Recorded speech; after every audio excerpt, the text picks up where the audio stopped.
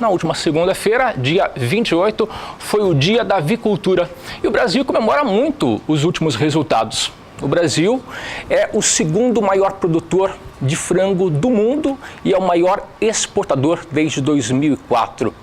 E para falar sobre os números desse setor, estou aqui recebendo o João Pedro Couto Dias, analista de agronegócio do SBA, que vai falar mais sobre avicultura. João, muito bom dia para você. Bom dia. Você Vamos falou começar. certo, né? A avicultura é um caso de sucesso no Brasil, né? O crescimento foi fantástico nos últimos 15 anos. Isso graças ao senhor e à senhora que trabalham com frango, com poedeiras, etc. O Brasil criou um modelo totalmente diferente do mundo inteiro, um modelo de integração, em que um grande frigorífico, uma cooperativa, uma grande empresa, ela dá assistência completa ao integrado, aquele que está no campo, que cria os animais. Ela entrega o pinto, a ração, cesta técnica e recebe, na época pré-acordada, os animais. Ou seja, um modelo que criou uma classe média rural no Brasil. Isso é muito importante. Você conseguiu viabilizar a pequena e média propriedade rural. Se você for no Paraná, Santa Catarina, Rio Grande do Sul, você vê uma economia forte no interior graças a isso. E um subproduto que é resultado da criação de frango, que é a cama, que é um adubo orgânico de excepcional qualidade. Então isso criou um modelo de produção ímpar no mundo inteiro. Mas nem só de assuntos positivos a gente trata da avicultura. Aconteceu o caso do último dia 18 de agosto, que a China vai instaurar uma investigação para saber se está acontecendo o caso de dumping, que é preço abaixo do custo de produção nas exportações do frango brasileiro. João, o Ministério da Agricultura tem até o final da próxima semana para responder esse questionamento. Na sua avaliação, essa suspeita consiste? É verdadeira? Olha, a China está passando um processo de revolução na avicultura. A avicultura chinesa é uma avicultura artesanal. Nos últimos anos, há o governo central chinês incentivando a criação de grandes projetos de avicultura. Lógico, a hora que criou esses grandes projetos é o lobby. O lobby deles vai pressionar. O Brasil é um grande fornecedor. Nós temos vantagens competitivas. Nós temos milho e farelo de soja. Nós temos gente capaz. Temos um modelo de produção eficiente. Nós pecamos. O governo é uma porcaria. Tem uma série de coisas erradas no Brasil. Mas na maior parte, especialmente na produção, nós somos extremamente competitivos. O nosso frango é um frango saboroso, um frango que marca a presença. Você pega na Arábia Saudita, que é um dos grandes clientes do Brasil, lá a marca de uma empresa que é brasileira, que produz muito frango, é sinônimo de frango na Arábia Saudita. De tamanha pressão, a quantidade a qualidade e a quantidade de frango que nós temos. Então, vai ser normal. Quando você é o quinto, sexto exportador, ninguém dá bola. Quando você é o primeiro, você passa a ser alvo de toda a pressão dos lobbies. Eu creio que o setor não deve estar vendendo o frango abaixo do preço do custo para os chineses. Eles são excelentes comerciantes, mas não fazem milagre. Então, eu acho que não. Eu acho que isso é uma questão meramente política. Perfeito. Na última semana, no último dia 28, foi comemorado o Dia da Avicultura e, pelo menos, as exportações vão muito bem.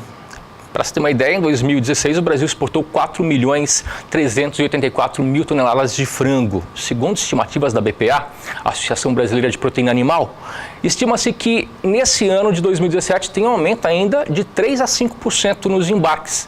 Diante desses números, o mercado de exportação está melhor do que o mercado interno, João? O mercado de exportação é uma válvula de escape, sempre vai ser. O mercado interno, o grande mercado é o brasileiro e a brasileira que nós estamos assistindo. Eles que comem frango. O consumo médio do Brasil está na faixa de 42, 43 quilos por habitante ano. É uma proteína de excelente qualidade, por um preço muito competitivo. Hoje, você vai no supermercado e compra filé de frango a R$ 7, R$ 8 o quilo. Ou seja, é um produto que ele democratizou. No passado, tinha uma piada no passado, há muitos anos atrás, o Barão de Tararé falava que brasileiro come pobre quando um dos dois está doente, ou o frango ou o pobre. Agora não. Hoje popularizou, ou seja, ela permitiu que a grande massa de brasileiros tenha acesso a uma proteína de qualidade excepcional. A exportação é importante? É importante. E quando você tem um mercado interno forte, como nós temos no Brasil, e quando você tem uma exportação também forte, há uma sinergia entre os dois. Você cria escala, você cria condições de competitividade muito boas. O problema só é os custos do Brasil, a energia elétrica no frigorífico, a questão trabalhista, etc., que infelizmente isso chama-se custo Brasil, é o único fator que atrapalha. Falando do mercado interno, o frango vivo comercializado em São Paulo, nas granjas paulistas, no último domingo completou 150 dias com preços a R$ 2,50 ao quilo, pelo menos foi o que foi divulgado pelo site Avisite. Esses valores refletem o cenário atual, João? Será que está com estabilidade de preços o frango vivo? 50% do custo do frango é o milho. 50%. Um frango é um saco de milho com pena e com bico. E o milho nesse momento? Está em queda. Você pegar o milho de um ano atrás, está metade do preço hoje. Então, e o nosso milho é um milho de excepcional qualidade. Então, realmente, os custos estão... 50%. O milho farelo de soja caiu um pouquinho. O que atrapalha são os custos indiretos, energia, etc. Isso que atrapalha.